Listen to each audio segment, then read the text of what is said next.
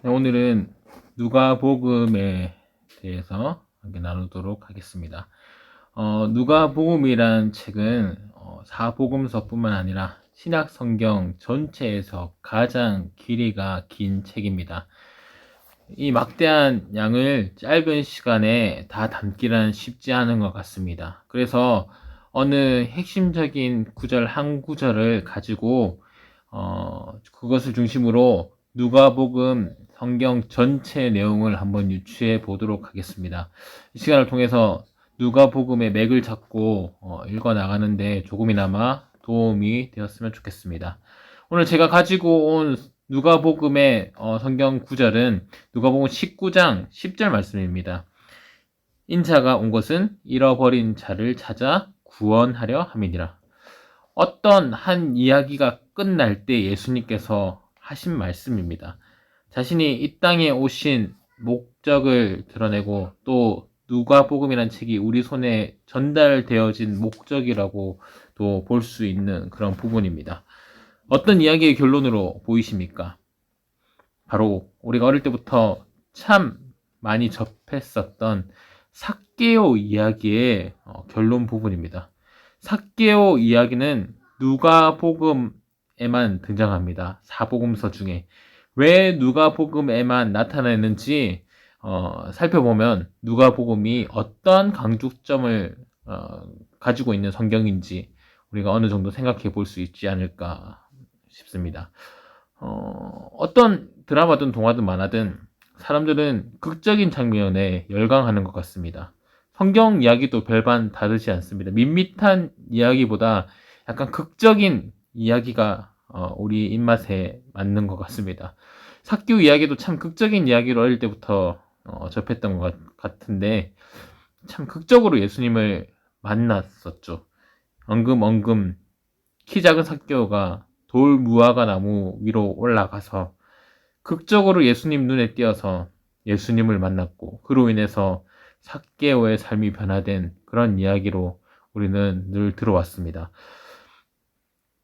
마치 만남의 주인공이 삭개오처럼 그렇게 보였었습니다. 하지만 삭개오의 그런 노력과 몸부림으로 예수님을 만난 것이 아니라는 사실을 우리가 알아야 합니다.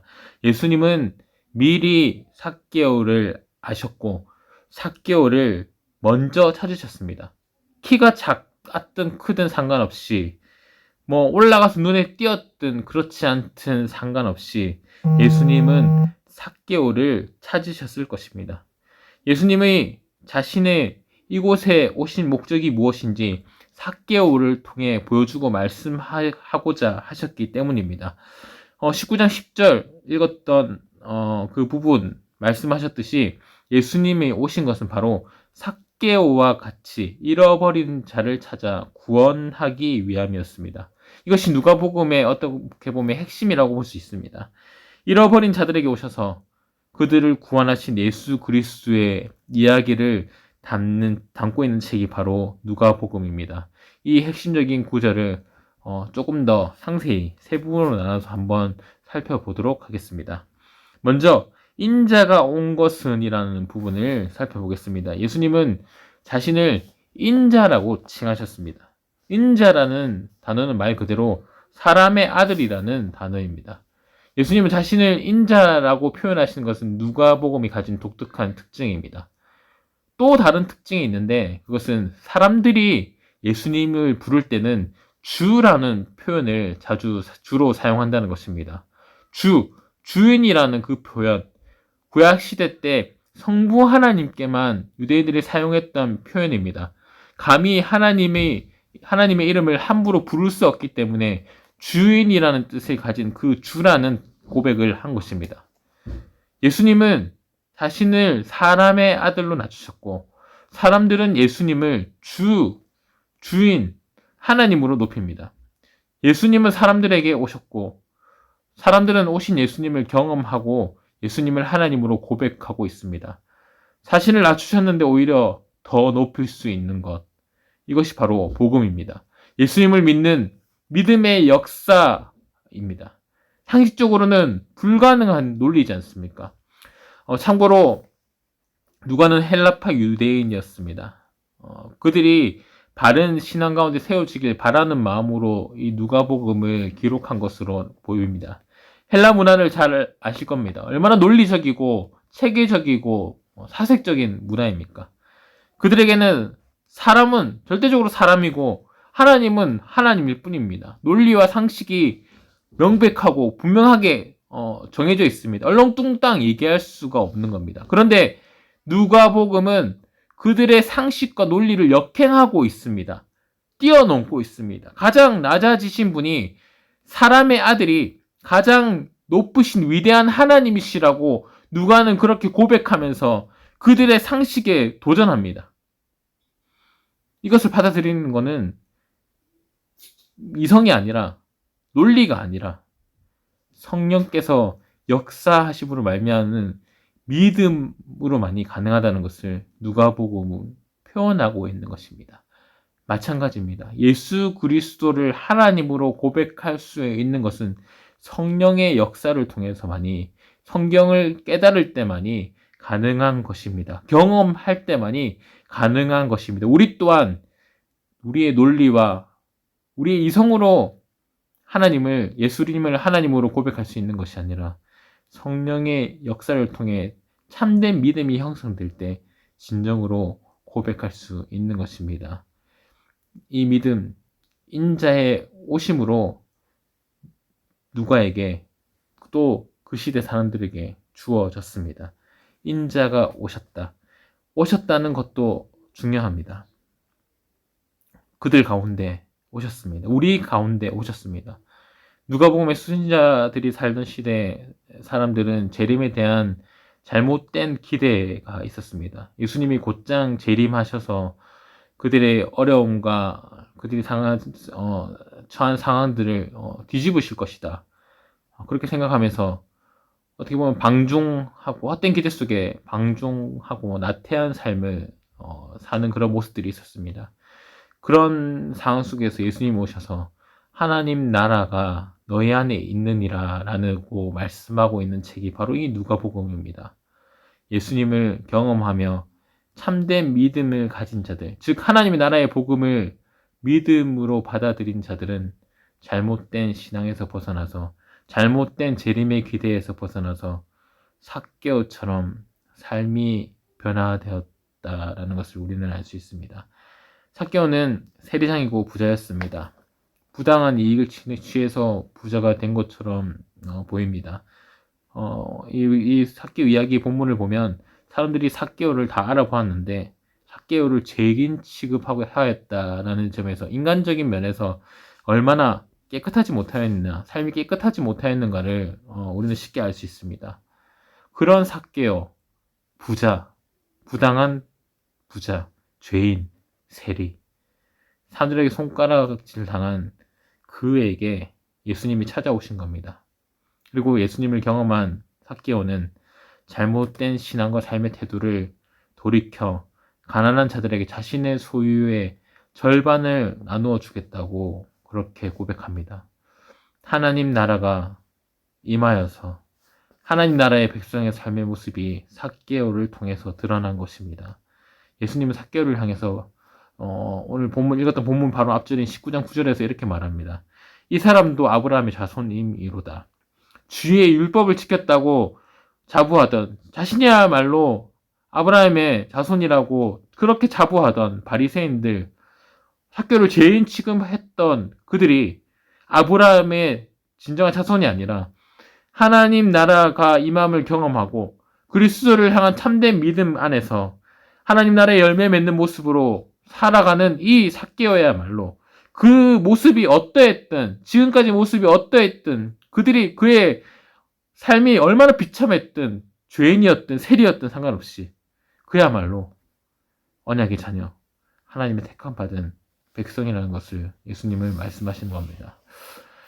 두 번째로 살펴볼 부분은 잃어버린 자에 관한 것입니다. 오늘 본문에서 예수님은 자신이 온 것이 잃어버린 자를 찾기 위함이라 그러고 말씀하셨습니다.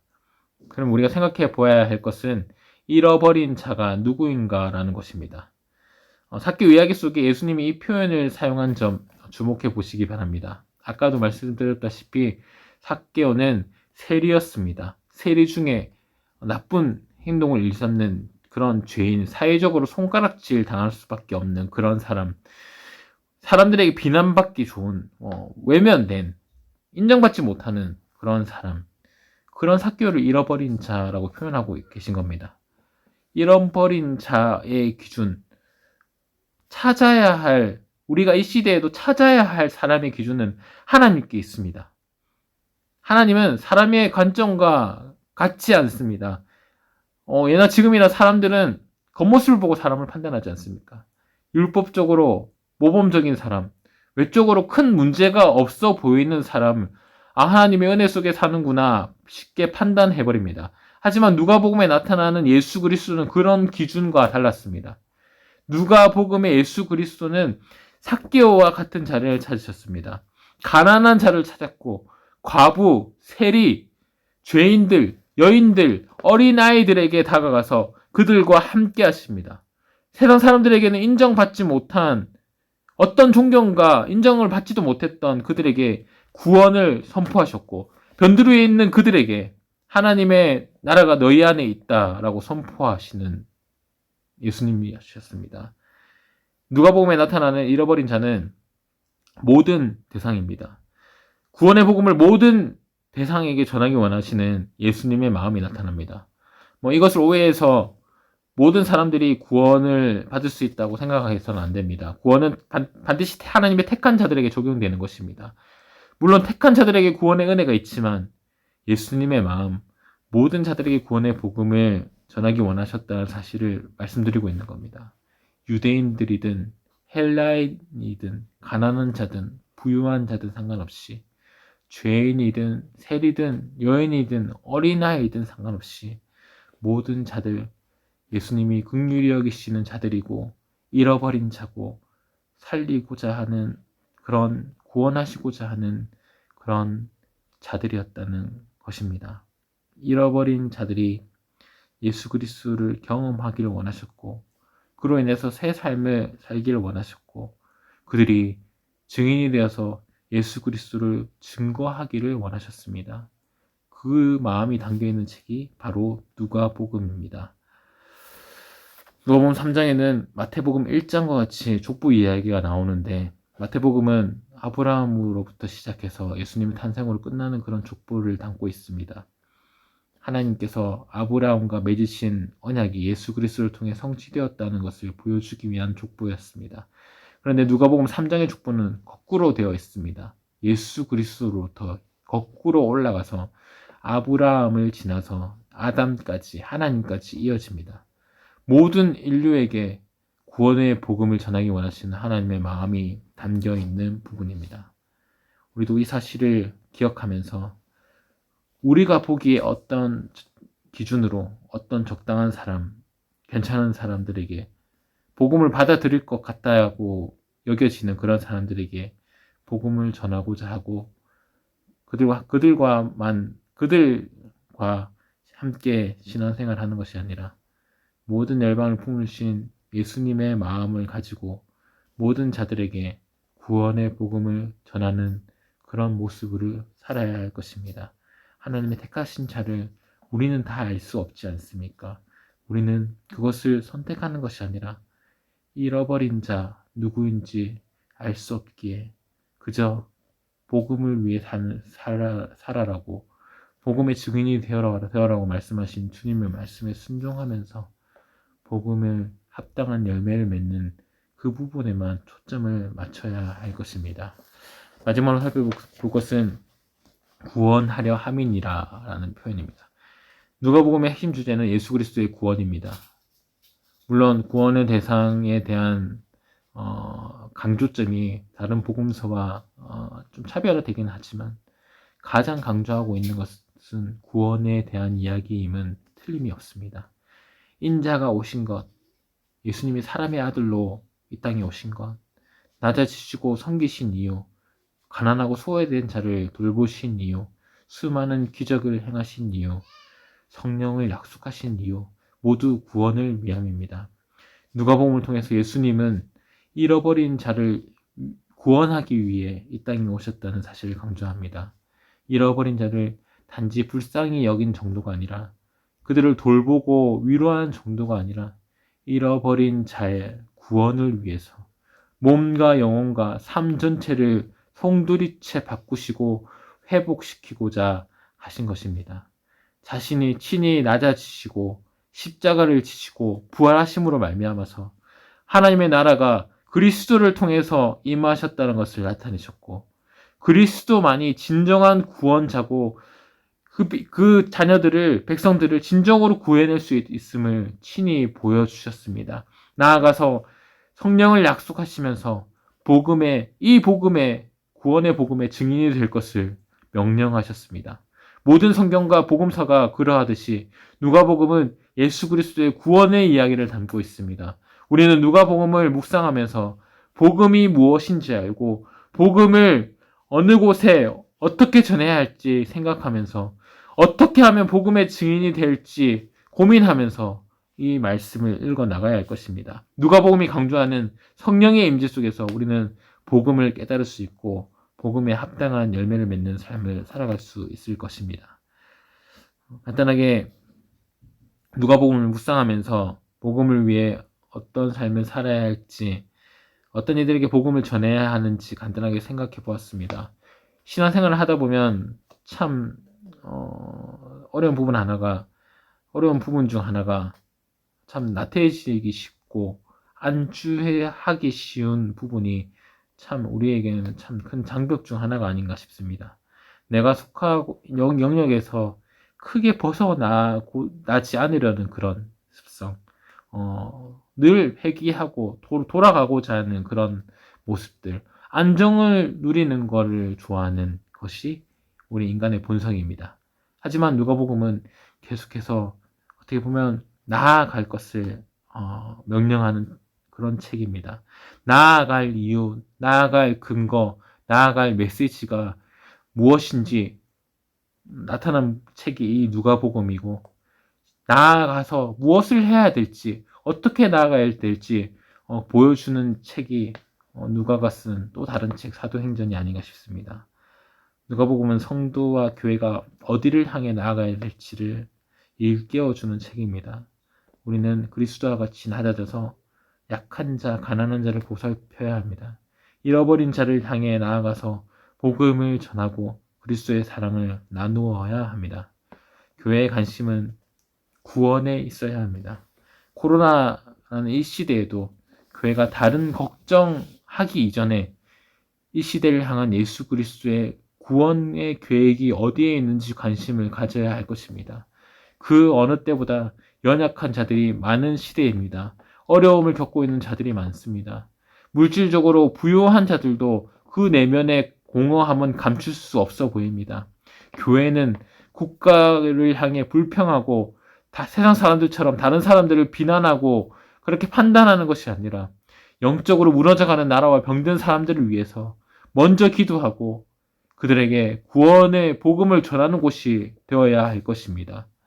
그들에게 복음이 무엇인지 증거하는 일은 물론 쉬운 일이 아닙니다. 하지만 예수 그리스도의 영이 우리 안에 있지 않습니까? 우리는 우리의 힘이 아니라 성령의 능력으로 말씀에 순종하면서 묵묵히 그 길을 걸어야 합니다.